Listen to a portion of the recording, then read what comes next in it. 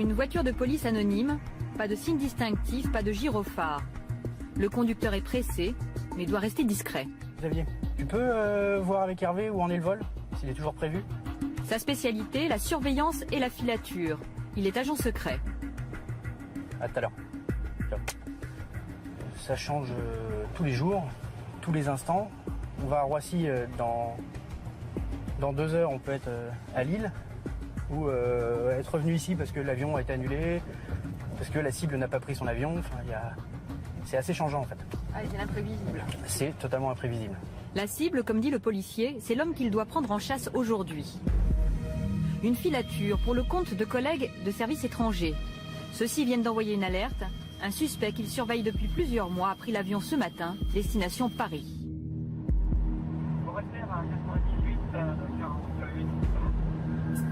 Pour tout connaître de ses déplacements, ils ont demandé le soutien des services français. Nous, sur ce type de dossier, on a quand même peu de connaissances du dossier. Là, pour l'instant, on n'a qu'une tenue vestimentaire très approximative.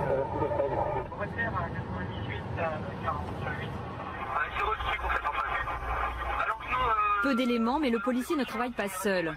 Son équipe est déjà sur place. Engagé ce matin, il y a 7 garçons, une fille. Et vous vous déguisez? On se désilhouette, en fait. On change d'apparence vestimentaire assez facilement. Le filocheur idéal, il n'est pas de très grande taille, il ne faut pas qu'il fasse 1m90 tout en muscles. C'est un monsieur tout le monde. Le filocheur, comme il l'appelle, c'est celui qui mène les filatures. Arrivé à Roissy, terminal international. L'opération est maintenant clandestine, pas question de se faire remarquer. Nous suivrons en caméra cachée. Le policier nous sert de guide pour repérer ses collègues cachés dans la foule. Vous avez à droite le gars qui fait une croisée sur son journal. Cet homme, c'est un agent secret. Les 2 autres n'ont rien à voir, mais par contre au milieu, oui, c'est chez nous. Celui qui dort ou fait semblant. Lui, un policier, passager parmi les autres.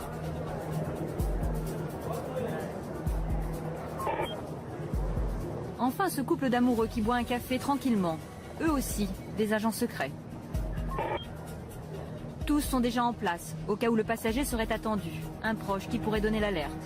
À partir de maintenant, l'attente commence. Elle peut durer des heures.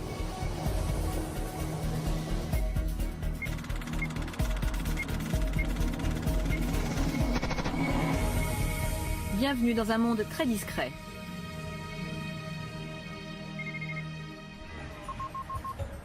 La direction du renseignement, c'est juste un immeuble anonyme. Seul indice, les plantons à l'entrée. Et pourtant, la sécurité se veut maximum.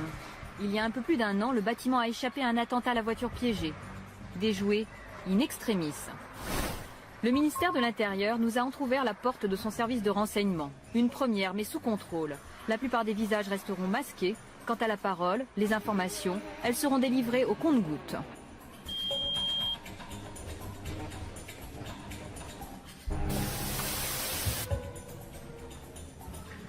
Le sésame, c'est ce badge. Sans lui, aucune porte ne s'ouvre. Et il y en a beaucoup. Pas question qu'ils nous perdent de vue. Tout le monde ici est pisté. La direction de la surveillance du territoire, les renseignements généraux n'existent plus. Tous sont regroupés maintenant dans un même service baptisé la DCRI, la Direction centrale du renseignement intérieur. Voilà, hein, donc vous avez là certains dossiers qui ont fait vivre la DST et puis maintenant la DCRI. Voilà. C'est quel type de dossier? C'est des... Bon, ce sont des dossiers sur les grosses affaires du contre-terrorisme. Hein, voilà. Notre guide est le responsable de la lutte antiterroriste. Ça c'est pareil, mais ça ce sont les dossiers actuels. C'est pas très rempli quand même. Non, vous voyez, parce que le reste est là. Car tous les soirs, le bureau doit rester vide. Donc tous les soirs, ce que vous voyez sous mon bureau rentre dans cette armoire. C'est quoi, c'est une règle? Comment ça? Ah mais bien sûr c'est une règle, c'est vrai pour tout le monde. Est-ce que chacun sait ce que fait l'autre? Non. Non, non. C'est moyen pour l'ambiance, non? Ah pas du tout, non, pourquoi? Au Bah, contraire. il y a des machines à café?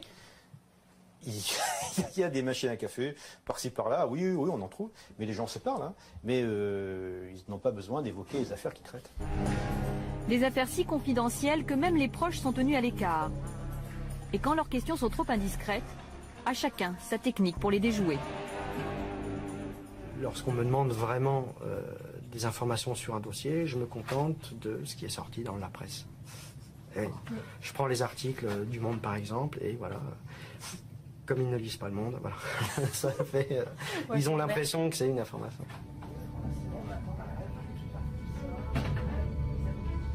À 2 pas du bureau du grand patron, nous sommes au cœur du système. Les ordres partent d'ici. Même les écrans des ordinateurs sont classés secret défense. Interdiction de les filmer. Ils sont des contacts directs avec les autres services de renseignement français, étrangers, mais aussi avec l'Élysée et Matignon. C'est là où arrive tout le courrier, tous les messages, que ce soit des informations, que ce soit des demandes d'informations. Tout arrive ici, tout est redistribué d'ici, avec des gens qui sont spécialement recrutés pour ça, parce qu'ils ont une bonne connaissance de la direction, ils ont une bonne connaissance du travail, ils savent percuter très rapidement, et surtout, ils savent à qui ils doivent envoyer les informations pour qu'elles soient analysées le plus rapidement possible et à qui ça va servir. Nous sommes autorisés à filmer dans ce service. Ces agents sont les plus sollicités. Oui. Tu as des nouvelles Ici, les policiers s'occupent d'une branche islamiste la plus virulente contre la France. Tu peux essayer de les appeler pour voir ce que ça donne? Hein, tu me tiens au courant? Ouais, je suis au courant. Merci. Je t'en prie. Nous, notre mission, c'est de déjouer un attentat avant qu'il soit commis. Démanteler un groupe, neutraliser d'une manière ou d'une autre des individus qui seraient prêts à fomenter un attentat. Donc on ne peut strictement rien laisser au hasard. C'est impossible. Des menaces contre la France, il en reçoit une dizaine par jour. Dans sa main, l'une d'elles.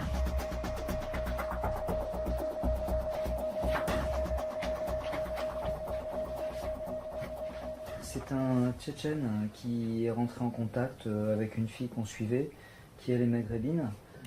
Bon, et ça sur Tchétchénie, c'est pas mal. Et il veut, qu'est-ce qu'il a dit? Qu'il voudrait également gagner Le du chef temps, de la division antiterroriste évalue le danger et les moyens à déployer. Bon, allez, on va essayer de voir un peu de quoi il en retourne. Hein. Bon, on peut penser qu'en tout, il va y avoir une cinquantaine de personnes qui vont travailler dessus. Une cinquantaine de personnes parce qu'il y a l'aspect analyse, recherche, renseignement. Et puis, si on met une surveillance physique, là, tout de suite, les effectifs vont monter de façon conséquente. Il faut que très vite, on localise cet individu, qui sont les contacts de ce jeune, que ce soit en France ou dans les pays qui mènent à cette terre de djihad. Tout connaître de ceux qu'ils appellent leurs cibles. Nous allons entrevoir de quelle façon.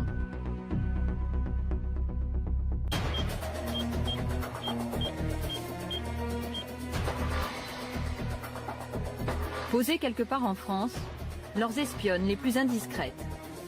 En principe, seuls les policiers spécialement accrédités peuvent accéder ici. Interdiction de filmer alentour.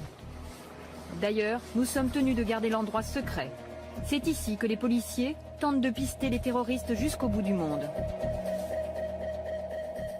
Et cela se fait par les airs. La plupart des conversations peuvent être interceptées grâce à un satellite braqué vers la Terre, vers une zone désignée par les policiers. Comme un aspirateur, il avale tout. Les conversations d'un téléphone fixe, d'un mobile, le contenu des courriers électroniques et même des fax. Cryptés ou non, pour lui c'est pareil. Des millions d'informations arrivent ici chaque jour. Les trier, c'est le travail de ces ordinateurs.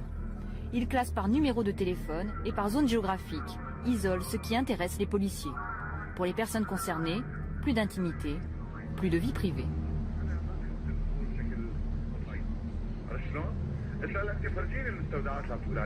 Ces agents ne s'occupent que des écoutes téléphoniques dans les pays du Maghreb et du Proche-Orient. Alors ici, on traite plusieurs centaines de milliers de communications par jour. Il y a effectivement une masse d'informations qui est énorme, mais nous ne sommes intéressés que par une partie infinitésimale, car nous avons une approche qui est très ciblée sur ce flux qui est effectivement très conséquent. Toutes les conversations sont traduites, disséquées, analysées, de la plus sensible à la plus anodine. Disputes de famille,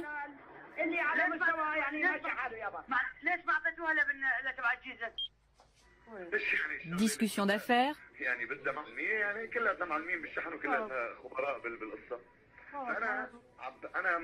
et parfois des propos plus intimes encore. perdu. À quoi servent ces conversations? Comment vont-ils les utiliser?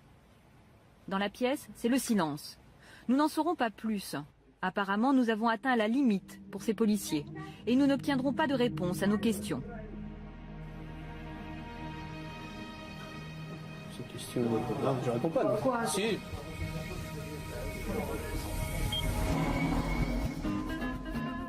Récolter toutes ces informations, aussi intimes soient-elles, c'est stratégique, selon le service de renseignement. Ce que nous confirme ce policier qui y a passé plus de 20 ans.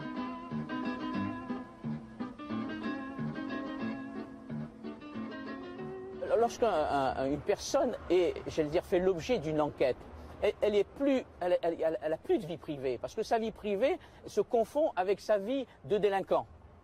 Donc si vous voulez, lorsqu'elle a donné des rendez-vous avec des complices, c'est plus sa vie privée.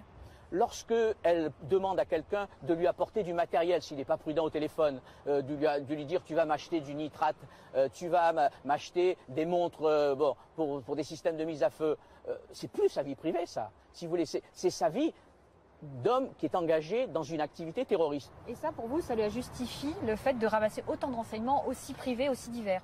Mais si vous voulez, quand vous faites une écoute téléphonique, vous ne pouvez pas demander à la personne, lorsqu'elle appelle, de dire bon, ça c'est ma vie privée, hein, j'ai rendez-vous, je vais chercher mes enfants à la crèche, ça c'est ma vie privée, et en même temps faire la différence en disant bon, maintenant j'ai rendez-vous avec 2 complices pour préparer un attentat. Tout se mélange, et donc il y a des parties qui ne présentent aucun intérêt. C'est pas pression? Mais quelle pression de dire qu'il a sa famille? Non, aucun. Une maîtresse, vous savez, les gens maintenant, on en rigole. On en rigole d'avoir une maîtresse. Et pourtant, ces informations privées sont utilisées. Beaucoup enrichissent le fichier antiterroriste. Il s'appelle Christina. À l'intérieur, près de 3 millions de noms. Des personnes soupçonnées d'atteinte à la sécurité de l'État en France et à l'étranger, mais aussi leurs proches et leurs relations. Christina est née il y a 1 an de la fusion de 2 bases de données, celle des renseignements généraux et de la DST. Comme ses prédécesseurs, ce fichier ne peut être contrôlé qu'après une procédure spéciale. C'est quelque chose qui est totalement légal, déclaré, ça voit le jour. Alors évidemment, tout ce qui est à l'intérieur, ce sont des informations classifiées, donc évidemment c'est la raison pour laquelle il est destiné à l'usage exclusif de la DCRI. Au bout d'un moment, ce fichier devient une grande mémoire commune. Donc évidemment, on ne les intègre pas au regard ni de leur nationalité, ni de leur religion, ni de quoi que ce soit, mais par contre au regard des individus qui sont impliqués dans des activités terroristes ou qui sont susceptibles de l'être. Donc là, on va démarrer une enquête. La première chose qu'on va faire, c'est qu'on va regarder si cette personne est connue de nos fichiers, soit lui, soit des gens de son entourage. Nous avons obtenu une démonstration de ses capacités. L'analyste entre le nom d'un homme présenté comme un islamiste radical. La machine cherche parmi des millions de données. Elle fait ses recoupements et finalement trouve. Sa fiche apparaît, à l'intérieur des éléments très précis sur sa vie privée et professionnelle. Je sais où il habite, je connais son environnement familial, qui a priori est stable. Alors, je peux voir par exemple s'il a des frères et sœurs. Son père a cherché du travail dans la sécurité. Je sais que par exemple, il a assisté aux commémorations de la déportation du peuple tchétchène, donc le 23 février. Et de là, on peut détecter certains profils potentiels pour le djihad, puisqu'on a généralement affaire à des jeunes désocialisés, qui n'ont plus de repères, qui sont à cheval entre 2 cultures, qui n'ont en général connu que la guerre.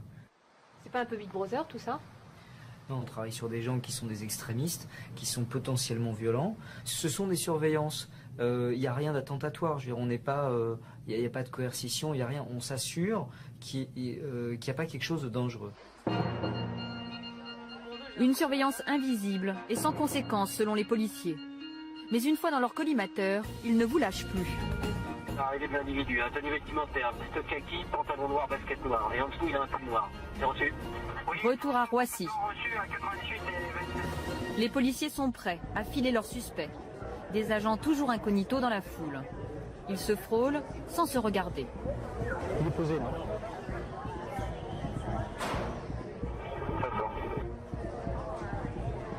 Le voilà. Il n'a pas repéré le policier derrière lui, ni ceux qui s'apprêtent à le prendre en filature. Les policiers ne doivent pas le perdre, sinon aucune chance de le retrouver.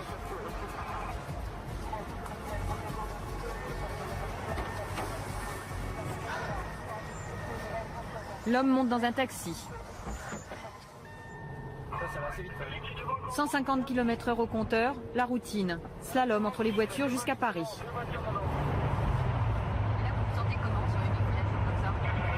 Bien, très bien.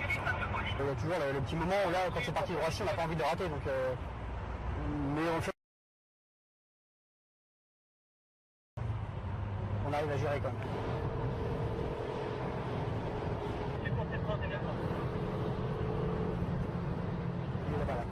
Ouais, 40 sur la Paris, 40 sur la Paris. Ouais, 30, vous êtes, on est derrière 32 de 52, ça va se poser, ça se pose, ça se Clichy, au niveau du café brasserie, Vepler, le client descend, le client descend. 720, vidéo effectuée. Ouais, c'est pris. Ça veut dire qu'ils ont fait une image du client. Ouais. Une première photo immédiatement envoyée au service. D'autres suivront. Ces surveillances peuvent durer des semaines, des mois même, de jour comme de nuit. Les policiers ne peuvent pas rester 24 heures sur 24 à ces trousses. Ils passent donc le relais aux hommes de l'atelier. Ce jour-là, les techniciens transforment une bouteille de liqueur en caméra espionne. Batterie. Le trou dans la bouteille se trouve là. Poubelle. Borne incendie. Et même panneaux de travaux. Des mini-caméras qui filment en toute discrétion. Ces hommes, par exemple, sur ces images qui nous ont été fournies par des policiers. Soupçonnés d'appartenir à un groupe terroriste, ils ne se sont doutés de rien jusqu'à leur arrestation. Tout est bon pour le camouflage et c'est du sur-mesure. C'est une vraie souche d'armes en fait, qu'on a complètement évidée. Là vous avez l'objectif de la caméra qui se trouve ici, pour dire la cible vient de sortir de chez elle par exemple, et donc les équipes de filature qui se trouvent le plus loin possible de l'objectif vont pouvoir enquiller sur la filature du véhicule. Pour garder le secret, les hommes de l'atelier ne nous montreront qu'une partie de leur technologie toujours plus sophistiquée. D'ailleurs, peut-on un jour imaginer qu'elle remplace le policier? Le mythe, le rêve du tout technique avec des machines, des super ordinateurs qui permettraient d'arriver à des résultats fantastiques au cœur d'un réseau terroriste, puisque c'est la matière qui nous occupe. Là. Non, ça fait partie de la science-fiction et ça n'existe pas. En fait, ici, le nerf de la guerre, c'est le renseignement humain. Il y a 2 ans, nous avions pu filmer un policier avec son informateur. Celui-ci a une mission, infiltrer les réseaux islamistes.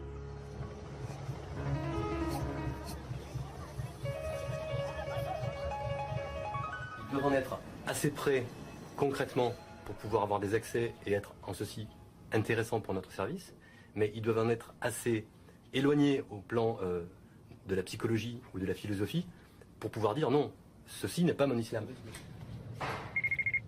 Cet homme est un officier traitant. Il recrute et gère ce que l'on nomme communément des indiques. Mais ici, on les appelle des sources. Alors, je vais intervertir des puces, tout bêtement. Chaque contact fait l'objet d'une procédure précise. Mais pourquoi? Pour pouvoir ne pas avoir le même boîtier que j'ai déjà utilisé avec cette personne que j'appelle et me donner la possibilité d'avoir 2 boîtiers différents, dont un qui n'a jamais servi. Un simple téléphone peut devenir une arme pour l'adversaire. Alors le policier n'a pas un portable, mais des dizaines. Un par source, un par affaire. Pas un peu paranoïaque, c'est ça? C'est tout à fait, on assume parfaitement la paranoïa parce qu'ici, on protège des gens.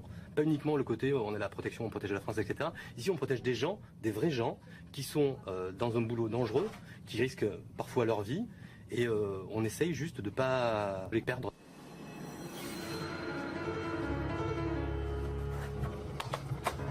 Nous allons l'accompagner jusqu'à son rendez-vous secret. Le temps de l'interroger sur le profil et les motivations de ces mystérieux informateurs. Comment les incite-t-il à collaborer? Quel pacte passe-t-il avec eux?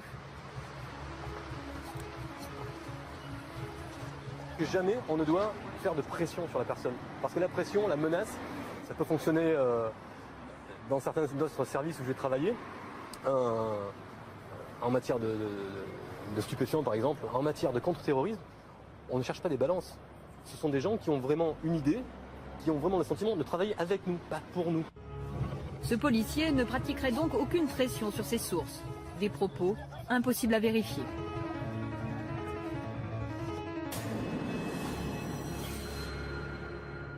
Alors qu'est-ce que vous attendez de vos agents? Qu'ils s'infiltrent réellement dans des réseaux. Dans des réseaux, de terroristes potentiels, de gens, et il y en a qui veulent tout faire péter uniquement parce qu'ils ont un grain, de gens qui veulent éradiquer tous les mécréants, et les mécréants, c'est nous tous, et y compris d'autres musulmans. Est-ce que vous avez dû exfiltrer des sources en urgence parce que tout à coup vous vous rendiez compte qu'elles étaient démasquées? Oui, c'est arrivé, et grâce à l'intervention d'un pays ami, on a pu faire sortir la source au moment le moins pire. Et qu'est-ce qu'elle risquait? De servir de bête sacrificielle. Ah, ils risquent vraiment leur peau. Oui, parce que l'avant-veille, elle avait assisté à un égorgement rituel d'un prêtre. Donc le lendemain, elle a pris ses clics et ses claques. Risquer sa vie ou mourir. Avant de se rendre à son rendez-vous secret, le policier nous donne une dernière clé. Toutes les affaires de contre-terrorisme qui ont été résolues en Europe ces dernières années, toutes ont été résolues grâce à des sources humaines.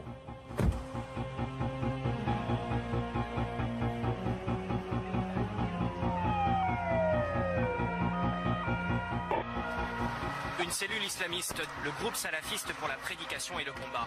Pour avoir été identifié comme proche du GIA, le groupe islamique armé, Le bilan des 2 perquisitions évoque bien la piste d'un attentat. Depuis des années, la France traque les réseaux islamistes.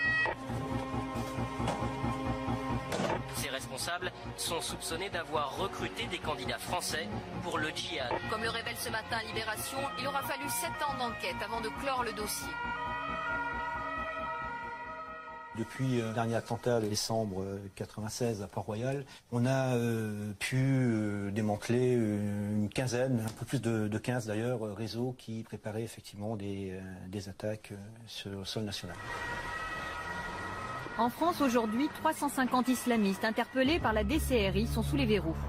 Pour chacun, il y a eu une enquête et des auditions sous la responsabilité du parquet antiterroriste, puis une condamnation par un tribunal. Malgré ces garde-fous, peut-on affirmer que le système est fiable? Des innocents peuvent-ils être mis en cause? Si c'est arrivé, quelquefois, personne n'est infaillible. Et parfois, on peut effectivement se tromper, sur un faux renseignement, ça n'est jamais allé plus loin. On a très rapidement reconnu la chose et les gens ont été libérés aussitôt. Cela n'a pas toujours été le cas. Il y a 10 ans, c'était le procès Chalabi, ou l'histoire d'un dérapage. C'est une protestation solennelle et que nous avons voulu très forte et unanime de tous les avocats contre le procès de masse. Nous sommes en 99. Ces avocats représentent les prévenus du dossier Chalabi.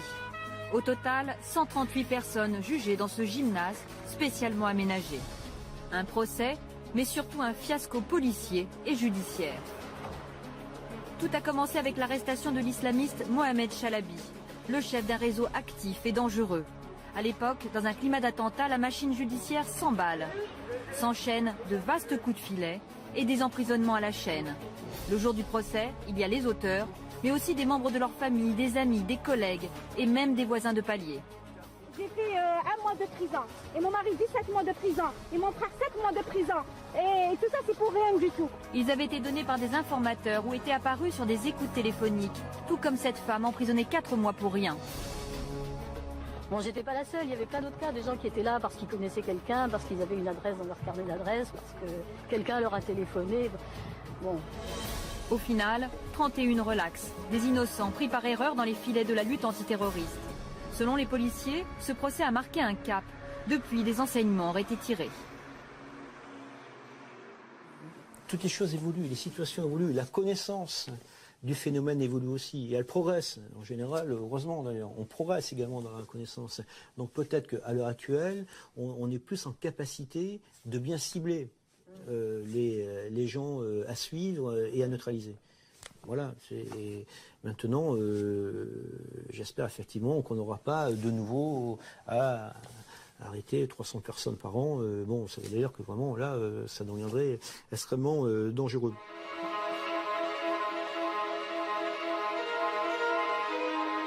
La DCRI est aujourd'hui présentée comme un service de renseignement spécialisé. Selon son patron Bernard Scarsini, sa mission est la protection de l'intégrité de l'État, de ses intérêts. Mais enquête-t-il toujours sur les affaires dites sensibles? Non, mais la vie privée des gens ne m'intéresse plus. Je crois que vous vous méprenez. Il y a eu une évolution de nos missions et tout le reste qui correspondait d'une part à une autre époque, où effectivement il y avait un lien entre le politique et l'aspect renseignement également d'ordre politique, effectivement permettait de laisser diligenter un style d'enquête de ce genre. Aujourd'hui, tout ceci a volé en éclats. L'affichage est clair. La réalité peut être beaucoup plus complexe.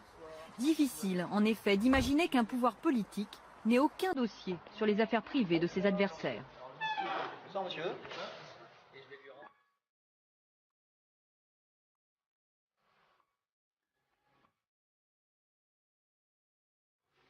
Comme chaque soir, le policier détruit une partie des informations de la journée. Il range ses dossiers dans son armoire forte.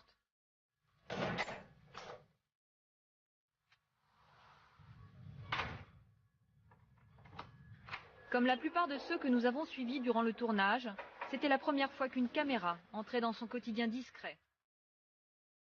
Pas un quotidien à la James Bond, mais plutôt un monde de fourmis laborieuses, où la moindre victoire, le moindre échec, sont de toutes les façons voués à rester dans l'ombre.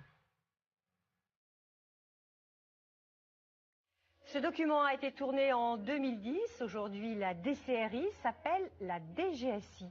Alain Juillet, bonsoir. Bonsoir. Alors, vous avez été directeur du renseignement à la DGSE, les services de renseignement extérieurs. Aujourd'hui, vous êtes président du club des directeurs de sécurité des entreprises. Alors, l'actualité vient de nous rappeler la difficulté des services de renseignement. Le suspect en cause dans cette tentative d'attentat était fiché, mais son arrestation relève du hasard. Alors, est-ce que l'on peut dire aujourd'hui que Sid Ahmed Glam est passé à travers les mailles du filet ? Non, on ne peut pas dire ça puisqu'il était identifié. Il était identifié, il avait été convoqué plusieurs fois, contrôlé plusieurs fois. Le problème que ce genre d'individu pose, c'est que quand ils ont un comportement, je dirais, normal pendant un certain temps, on ne va pas mobiliser sur lui des moyens importants puisqu'il a un comportement à peu près normal. Et il a été convoqué mais pas empêché de nuire. Oui, c'est ça, mais parce qu'à l'époque, il semblait assez calme. Ça semblait être un djihadiste calme, si vous voulez. Et en réalité, pas du tout. C'était probablement, c'est ce qu'on peut appeler plutôt un agent dormant, c'est-à-dire quelqu'un qui trompait son monde en se préparant à quelque chose. Est-ce que ça veut dire que les services de renseignement se sont trompés justement sur sa capacité de nuire ? Ils n'ont probablement pas identifié totalement le niveau de dangerosité qu'il avait. Mais vous savez, c'est pas facile. Quand vous êtes avec des gens qui sont issus du grand banditisme ou qui sont issus des banlieues, des leaders de banlieue, c'est assez facile parce qu'ils sont très démonstratifs dans leur comportement. Quand vous êtes sur des intellectuels, c'est pas du tout la même chose, c'est beaucoup plus compliqué. Nous, on l'a connu avec Action Directe, avec les Brigades Rouges, on l'a connu de chaque fois qu'il y avait des intellectuels au milieu. C'est beaucoup plus difficile à gérer parce que ces gens-là sont intelligents et sont capables de dissimuler beaucoup plus que d'autres. Alors Alain Juillet, une nouvelle loi sur le renseignement est en discussion en ce moment. Si elle est votée, elle permettra de pratiquer des écoutes plus intrusives qu'auparavant. Par exemple, poser des micros dans une voiture, dans un appartement, sans l'aval d'un juge. Alors est-ce que vous pensez que ces nouvelles mesures vont améliorer la lutte antiterroriste ? Je crois qu'il n'y a aucun doute là-dessus, si vous voulez. Alors on peut parler bien sûr de cette loi en disant qu'elle est restrictive de certaines libertés, qu'il y a peut-être certaines parties qui ne sont pas tout à fait bien écrites, mais sur le fond, il faut dire la vérité, c'est une nécessité absolue. Il faut que nos concitoyens comprennent que nous sommes dans une espèce de guerre, une guerre qui ne peut pas, on ne veut pas donner le nom de guerre, mais c'est une réalité dans laquelle nous avons des gens qui sont là pour déstabiliser, pour faire peur, pour déstabiliser le pays, pour retourner les gens et les convaincre que le califat et donc l'islamisme salafiste est la solution la meilleure. Et à partir de ce moment-là, il faut qu'on puisse employer les moyens nécessaires pour les identifier et les mettre hors d'état de nuire.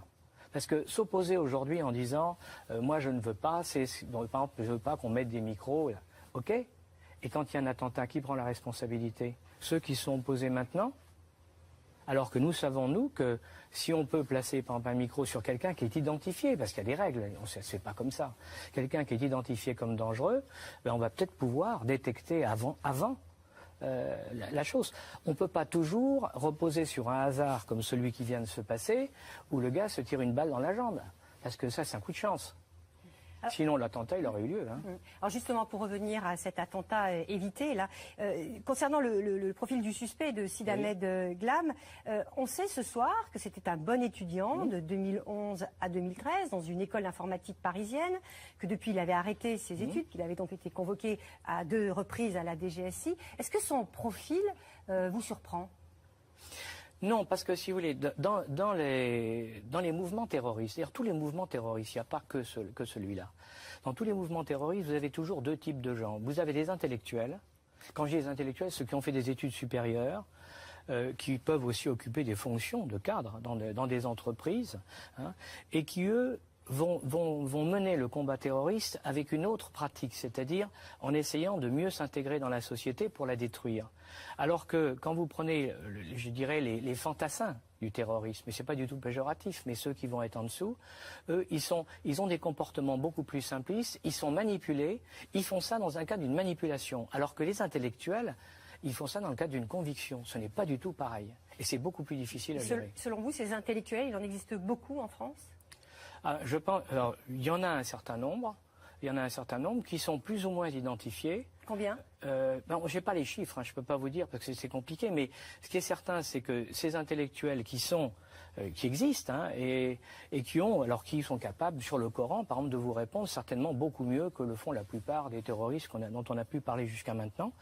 Mais ces intellectuels, c'est aussi des gens qui, pour certains, ont été faire le djihad, ont été identifiés au djihad comme des combattants formidables, parce qu'il y en a, et qui ensuite ont été conditionnés pour revenir comme agents dormants, avec l'autorisation de se comporter comme un occidental, c'est-à-dire sans barbe, sans djellaba, sans aller à la mosquée, en buvant de l'alcool, jusqu'au moment où ils reçoivent l'ordre d'attaquer. Il passe à l'action. Alors selon vous, Alain Juillet, quel est le danger que redoutent le plus les services de renseignement aujourd'hui ? Je crois que les services de renseignement, leur travail, c'est de faire du renseignement, si vous voulez. Donc, ce qu'ils redoutent le plus, c'est de ne pas avoir les moyens suffisants pour pouvoir le faire. Infiltrer un réseau de djihadistes ou le surveiller, si vous voulez, contrôler tous ceux qu'on a identifiés, que le ministre de l'Intérieur ou le Premier ministre ont décrit, ont donné en chiffres. Pour arriver à les surveiller à peu près, il faut des moyens. Mais pas seulement des moyens humains, il faut aussi des moyens techniques. Et c'est ça dont on a besoin. Un service de renseignement, s'il n'a pas les moyens nécessaires pour faire son travail, eh ben, il est aveugle. Hein. Est-ce qu'il les a aujourd'hui, ces moyens ? Je pense qu'il va les avoir avec la loi. Pour le moment, si jamais cette loi est votée, donc fin juin. Ah oui, il est certain que si cette loi est votée, ils auront les moyens. Avant, ils avaient certains de ces moyens, mais non officiellement ou de manière beaucoup moins claire. Donc c'était pas bon. Parce que ce sont des fonctionnaires, et les hauts fonctionnaires ou les fonctionnaires, ils doivent respecter la loi, ils doivent respecter les règles. Donc pour qu'ils puissent travailler bien, il faut qu'ils soient dans un cadre légal. Ça, c'est clair et net. Or, on n'était pas jusqu'à maintenant. La meilleure preuve, c'est que, regardez, dans ce texte, ça n'a rien à voir, et pourtant ça a beaucoup à voir. On commence à dire dans ce texte, par exemple, qu'en aucun cas on doit donner les noms des agents de renseignement. Bon, c'est très important parce que ce que personne ne se rendait compte, c'est que si vous donnez le nom d'un agent, toute sa famille est mise en danger face aux terroristes. Merci beaucoup. Merci Alain Juillet. Merci Alain Juillet pour ces explications. Et merci à vous tous de nous avoir accompagnés tout au long de cette émission spéciale. Vous pouvez nous retrouver sur france2.fr pour nous faire partager vos commentaires et vos réflexions. Rendez-vous jeudi prochain pour un nouveau numéro d'Envoyé spécial. Et dès samedi, ne ratez pas un rendez-vous exceptionnel à 14h dans Mon Envoyé.